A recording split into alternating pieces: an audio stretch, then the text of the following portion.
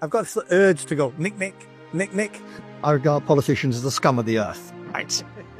But for that matter, nobody now could succeed. What I'm absolutely sure is that reform will not do what the British public think they're going to do.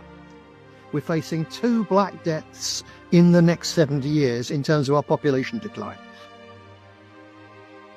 Hi everybody, and welcome back to Nick Talks. This episode's amazing guest, returning guest for the second time, former leader of the BNP, Nick Griffin. How you doing, Nick? I'm very well, Nick. Thanks for last time, and thanks for having me back. I've got this urge to go, Nick.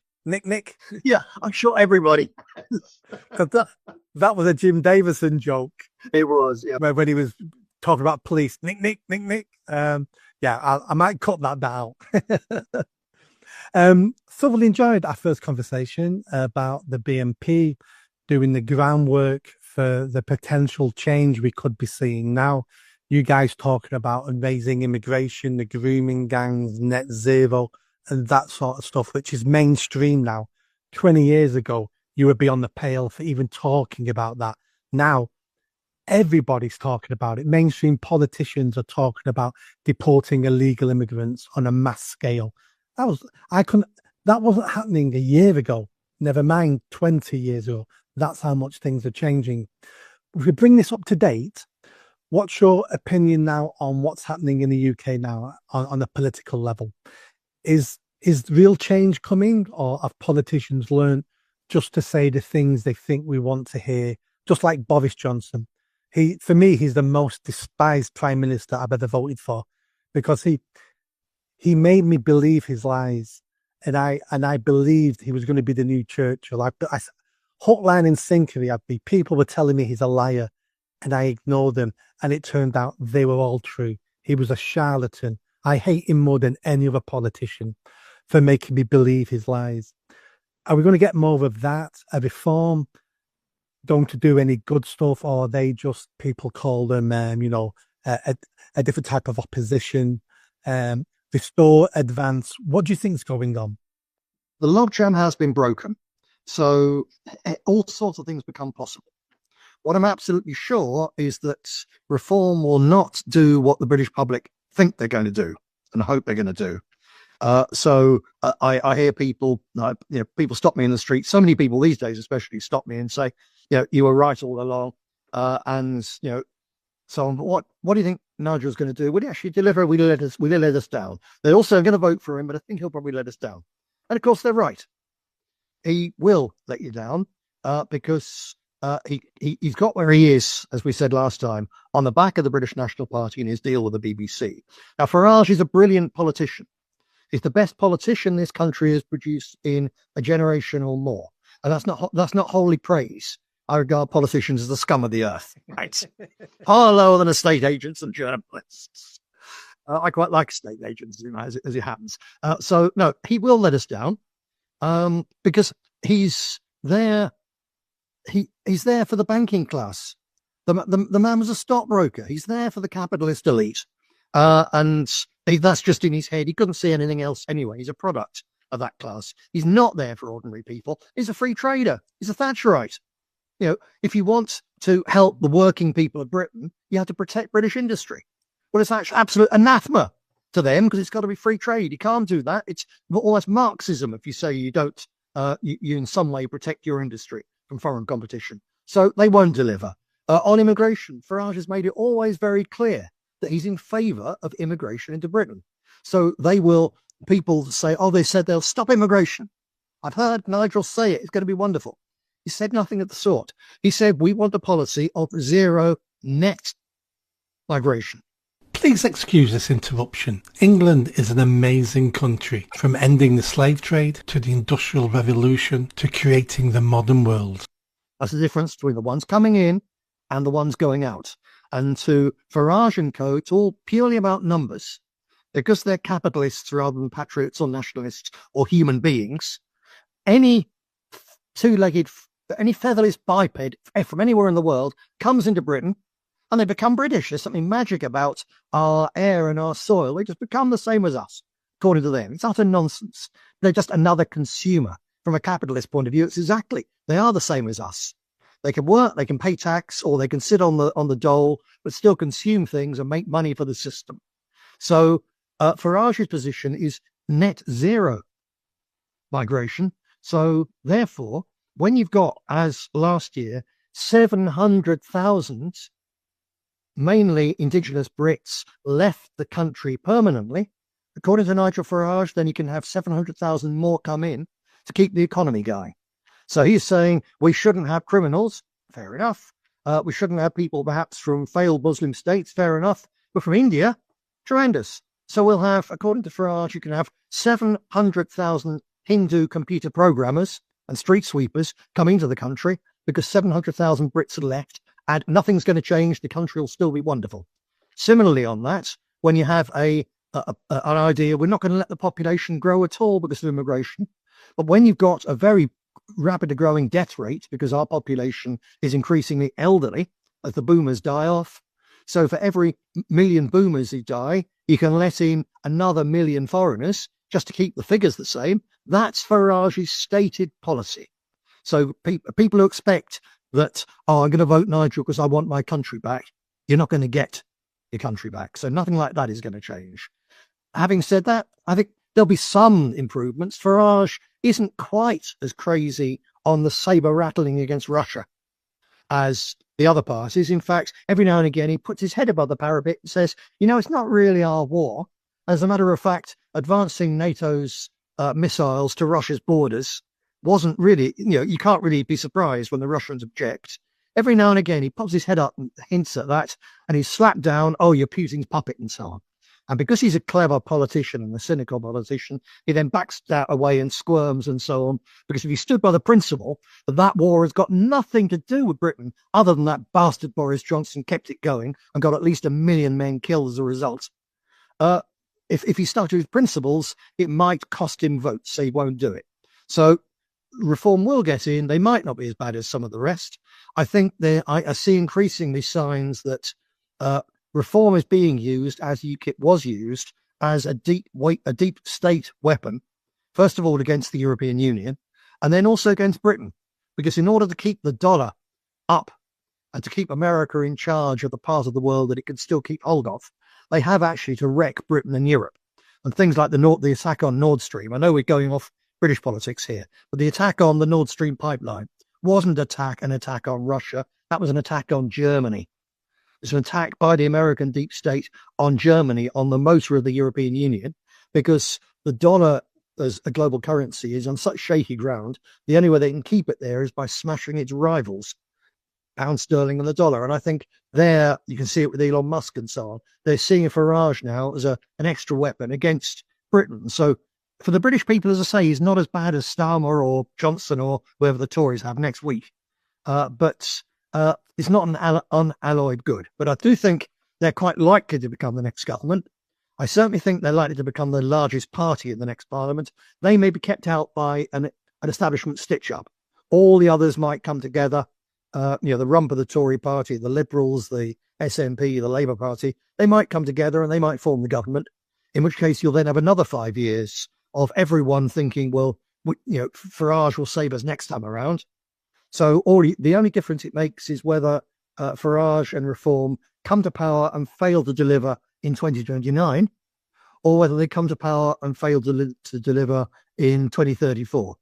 That's the only thing. They will come to power and they will fail to deliver most things. They might stop some of the worst of the LGBT trans lunacy being imposed on our schools and so on, but they won't change anything fundamentally different. As for the other parties, yeah, sure. Yeah. Let me jump in there. My worry with Reform is this. They're elected and become the government in 2029, if not a bit sooner. Do exactly what you said. Basically, not enough. They'll change, there'll be some good stuff out of it, such as illegal immigration. But most people are expecting Reform to change at a very deep level the country. And I'm like you, I can't see that happening. I know Farage, I've listened to Farage talk. He said a couple of months ago that a Welsh person is someone who lives in Wales for at least 5 years and pays taxes. That's a Welsh person. I pulled my hair out at that.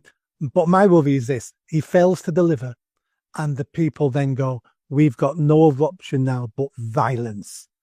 And I can sense violence in the air because I think the people, especially the English for the first time, have woken up and have said, we've had enough.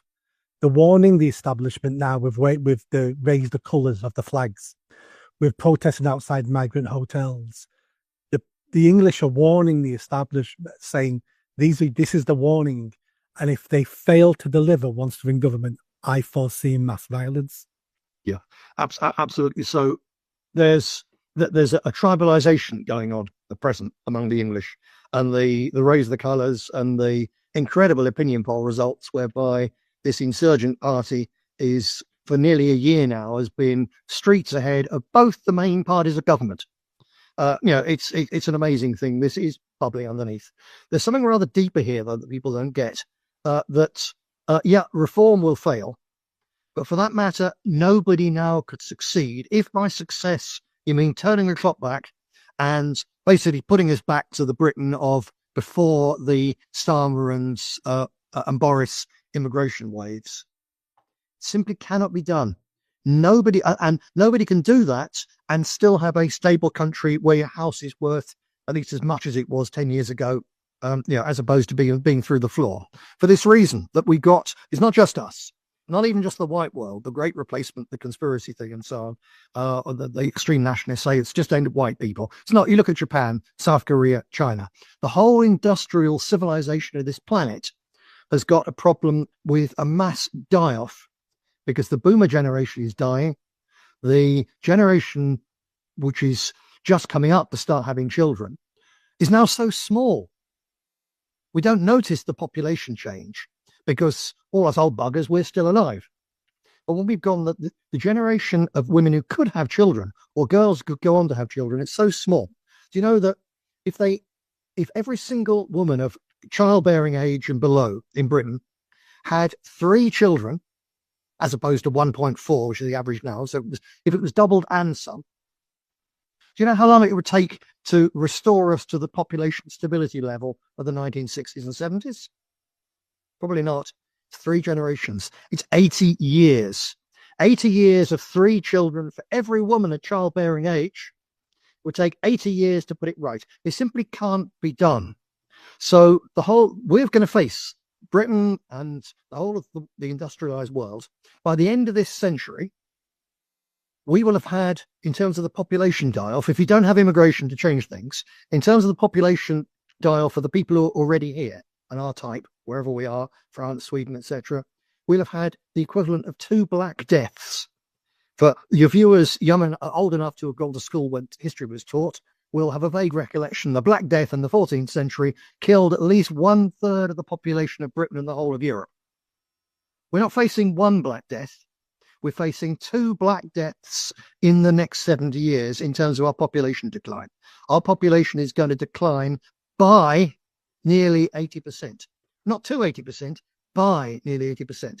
For every Brit alive now, by the end of the century, for every 100 Brits alive now, by the end of the century, there will be 20 left. It's as bad as that. Isn't that only if nothing changes? And one thing about people and human society is it will always change due to circumstances. It is true if nothing changes.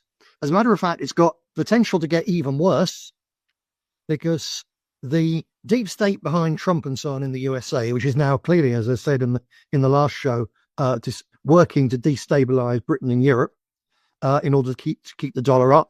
They're seizing the assets around them, Venezuelan oil, trying to get Greenland and all the rest of it, looking covetously at Canada. They're building a sort of fortress America, and they're saying we're going to have a clash one day with China. We've got to rebuild hard American industry.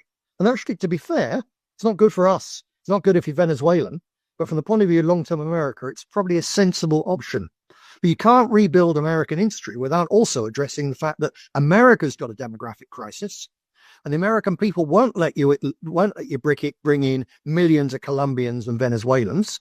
And even if you did, they're not capable of being the engineers and being civilized and really running a decent society. The only place America can go to get young, capable people that become workers and taxpayers is to come to America and Britain, to come to Europe and Britain and say, come to us. Our doors are open again. And if they did that, and they will do that at some point, they'll siphon 20 or 30 million young people out of Europe and Britain. It's already happening, 700,000 last year.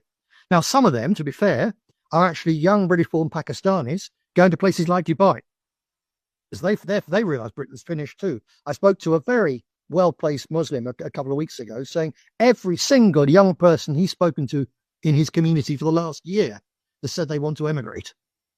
So it's not just the Brits, it's others as well. But we've got the capacity for a huge brain drain to be even worse. And if, as you were saying, we end up at the point with serious violence, then even more people will leave. So yes, things could change, but it might not get better. It could get worse. Now, I think things will change for the better, particularly because as you start to sink down into real communal conflict and trouble between the different groups in Britain, which was the reason that I have always opposed mass immigration, because once you've got it, that's where you tend to go. And you've got very powerful forces, huge amounts of money being pushed now into destabilizing Britain, into encouraging Brit state Muslims and to radicalize Muslims against us and so on. But it's a whole other show if you wanted to go into it. But viewers, just take it from me. There's very powerful forces try to push Britain towards a civil war. I don't want to see, but I do say this, that the nearer we get to that sort of tribal conflict, something happens then is young people tend to come together and they start having more children. So, yeah, it could turn around, but to turn it around demographically, to get rid of this double die-off, this double Black Death, you would actually have, you would have to have a government which wasn't just there for 5 years. They've got to be in power for 80 years, during which time they say to the old people, sorry, you don't get a pension. You've got to work till you drop. Because we can't just say to women, it'd be a great idea to have kids and we'll give you tax rebates if you do. The only way to solve this problem is to say, we are going to pay every single woman in this country, or certainly every British woman in this country, we're going to pay so much money for her to have children that even though it's still open for her to go to work in the marketplace and so on, no one's going to, because you're so much better off staying at home and having kids. And if you did that, and if you poured the resources, which we now pour into foreign wars and arms and all the madness, if you pour those resources into having kids and supporting them, then you could turn it round. But how on earth in a democracy do you say to pensioners, you're not getting a pension? Do you say to every adult who's remained single or who's got married and not had children, you're going to pay a special tax? You're paying an extra 10% on your income tax because you haven't got children, and we're giving it to those families that do have. That's the sort of scale of things would have to be done to turn it around. And the Chinese are trying to do it. They're trying to do it in South Korea. They try to do it in Hungary. The Nazis tried to do it. When the Nazis came to power, Germany's birth rate was below 2, and they basically had 10 years before the war really bit. They had 10 years, and they got their birth rate up to 2.7. So in 10 years of Nazism, you didn't get to the point you'd have to be to replace the population back to where we were in 80 years. So the idea that can be changed, it's crazy. The only way they'll try to change it is by bringing in more immigrants. And every country in the industrial world, basically, other than probably the Chinese who will do it with robots, instead, everyone will be trying to get more immigrants in, with the result that all good immigrants go to the really attractive places, Texas and Australia and Canada and so on, or Dubai. And all that's left for us is the population of Africa, which is the only place actually replacing itself. Africans are very nice people, but you can't run a modern civilization with masses of Africans in it. It patently doesn't work. So I don't think it can be turned around in the short to medium term. That's not a counsel of despair to me. What I do believe is going to happen is that we are going to become a minority in our own country. It's going to happen. Can't be stopped. But that is not the end. Once you're a minority, being a minority is going to beat the liberalism out of the British people. They're going to have to come together and be more tribal, to think in terms of we and us instead of me and I and mine. It'll make us a better people and a stronger people. And as long as our communities are organised, and I'm talking really at a local level, in a town of 10,000 people or a couple of estates of 10,000 people. Those places have to become vibrant places where the community is really alive and does things in that community for that community, which differentiate them from the others. And we might have, say, a Pakistani population or Afghan population living near us for 40 or 50 years. As long as we don't mix as this forced integration to get every TV program, every TV advert showing, white woman, black man, half-caste kids and so on. As long as we don't mix, it's a genocidal attack on the British people, that. And on everybody for that matter. But as long as we separate in our own communities, then at some point, as the economic balance in the world changes, what Putin's called the golden billion, the people who for 200 years have had all the money, basically. And that's changing as the world becomes more multipolar. So, give an example at present, the Chinese are pouring billions of dollars into a huge irrigation project in northern Afghanistan, which is going to open up a large part of desert and turn it into a massively fertile place, which will become one of the world's major producers of fruit and vegetables. When that happens, a young Afghan has got the choice of staying in Britain, perhaps with his family. And if they have their kids and they send them to school, they'll teach them that they can chop off their genitalia and take drugs and become the other sex. And he's staying in a council flat in Manchester where it rains all the time, as you know. And that's why Manchester's there, because it's wet. It was good for the cotton. Sure, you know that. So you stay in a council flat somewhere where nobody likes you. No one wants you there. You're doing a dead-end job, or you're just sitting around doing nothing. And your kids are being indoctrinated. Or do you go back to your homeland where, because the West is no longer bombing it flat and looting it in the way that Western colonialism and imperialism always has done, because you're dealing with the Chinese who actually want to sell your middle class things from their robot run factories, you're looking at a place which is going to come up in the world. And I think the young Afghans, might take 30 or 40 years, they'll go back to their lands of ethnic origin because there'll be a better place to be. They came here because it was a better place than Afghanistan, when first the Soviets and then the Americans and the Brits had flattened the bloody place. How can you blame them? So I believe they will go back. We will get our country back. But it won't be you or me or our kids. It'll be grandchildren or great-grandchildren get our country back. But it will come. It's took us 78 years to get to this point. It's going to take many decades to deliver the change. There is no quick fixes. Talking about other countries have the same problems as us with declining birth rate. I'm going to talk about Nazi Germany, but that was 90 years ago, and that was Nazis. But is there anybody at the moment, any countries, you mentioned Hungary, is anybody doing anything that seems to be working at the moment? There's lots of them doing things. So the Swedes put more money, being Swedes, into the health service and related social things. The Hungarians have done a lot. Russia's trying to do a lot. Is that even working? None of it works. None of it really works. It tends to work for a short time. What happens when a government comes in and says, right, we'll throw these things at families. So perhaps a loan, interest-free loan to buy a bigger car or to buy a house in the case of Hungary. And as long as you have 3 kids, you don't have to pay it back. What this does is the young people who wanted to get married and have a family, decide we'll do it now. We were going to leave it. We're going to leave it 10 years before we had our 3 kids. We'll have them in 4 years. Bang, bang, bang. We'll get the money now. And then after a few years, it then drops off again. And that's the common pattern seen absolutely everywhere. Now, some of it's because they make mistakes. So like Hungary, and they double down on this. They used to say, if you have 5 children, a woman has 5 children, it's 4 or 5, she'll never pay income tax again. I think they're now saying they're going to cut it to 3. The only effect of this is once she's got to the target, of course, she's going to go back to work and not have any more kids. The only way, if you want women to have children, you have to pay them a really good living wage to stay at home and have children. And the rest of the society has to, instead of feeling all bitter and, they're sitting around having no one, having kids at my expense, have to think, well, if I don't do that, who's going to look after me when I'm old and dribbling in a nursing home?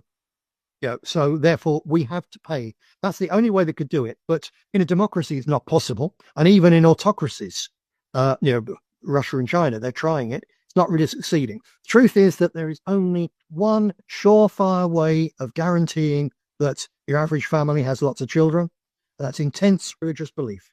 The only peoples on this planet, other than the Africans, who are still stuck in an economy and a mindset which is like the healthier ones that we used to have 50 years ago, and even there it's dropping. Everywhere else, the only peoples in the world that have large numbers of families, it's not ordinary Muslims. They don't. The Muslim birth rate in Britain is 2.4 now. It's better than our 1.4, but it's still not far above replacement numbers. And in 5 to 10 years' time, it'll be below replacement numbers. They're giving up on having kids because they're sending their girls, especially, to university. The minute women get into higher education and then employment and careers, they give up on having kids. So you've got to stop that. But since you can't do that in democracy, because more than half the electorate are women, the only peoples who have large numbers of kids are deeply religious Muslims, deeply religious Jews, you see it in parts of Manchester, and deeply religious Christians. And there's all the people who have been saying over the last few months, oh, the Labour Party taking away removing the 2-child cap for child benefit. It's all going to go to fast breeding Muslims. Actually, it's not, A large number of the fast breeding families in Britain are fundamentalist Christians, particularly traditional Catholics. There's large numbers of extremely Orthodox Jews. They're all having lots of kids. And there's a few thousand, there's only 18,000 families in the whole country with more than 5 children. It's not really very many, but the ones who've got more than 5 children are generally very Christian, very Jewish, or very Muslim. And that's it. The fastest breeders on this planet as a population are the Amish and other slightly strange Christian sects in America and South America. They have an average of 8 or 9 children per woman of childbearing age. Their population doubles every 15 or 20 years. If you want a population revival, then you have to have a religious revival. And I think that's tending to come anyway in Britain. The number of young people turning to religion is huge. The only question is, are they going to become Muslim or are they going to become Christian? My intense preference is that they become Christian because that's our heritage, it's our culture, it's our people. It's a religion which, although it has its origins in the Middle East, when the ancient Christians were bringing it in to Western Europe, and the Pope said to them, take over Christmas, take over Easter, because you've got to take the pagans' festivals in order to make it acceptable. So it's our instinctive native religion. It's hugely powerful, and I think it's going to come back. And that's when it comes back, that'll be what changes our birth rate. It won't initially be the indigenous British birth rate overall goes up. The liberals, the upper middle class liberals, will go on having half a child per woman of childbearing age, and the ordinary, decent, particularly working class, as in working white van man type, real decent people who actually get things done, they'll be the ones who have kids, and it'll change the balance of our population. It'll become more patriotic, more decent, harder working, and that's the section which will grow, which is why I see it can't be stopped. It's going to happen, and I think it's fantastic, but it's going to take a long time. You sound very optimistic. You definitely can see the end of the tunnel. You can see that chink of light. You see where we're small, very small pinprick at the end of the tunnel. It's a long tunnel, I'll tell you, Nick. Nick, thank you so much for coming back on the show. Thoroughly enjoyed that conversation. You give me so much to think about on that one. Our first discussion was really historical discussion. This one is something to really think about.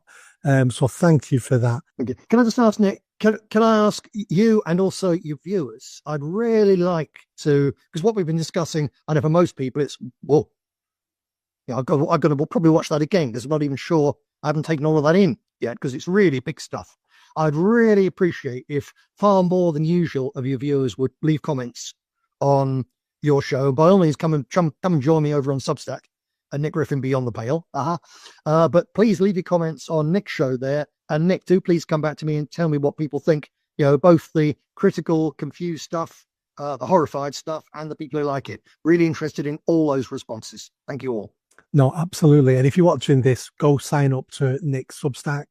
And if you send me the details of anything you want advertising, I'll put it in the description of both the videos, and people can just go in description and find you, and make sure they get the right you, because I'm sure there's people out there imitating you and stuff like that. So yes, just email me the information you want. Will do. Thank you very much. I look forward to hearing from your people. Thank you. Yep. Thanks, Nick. Bye bye.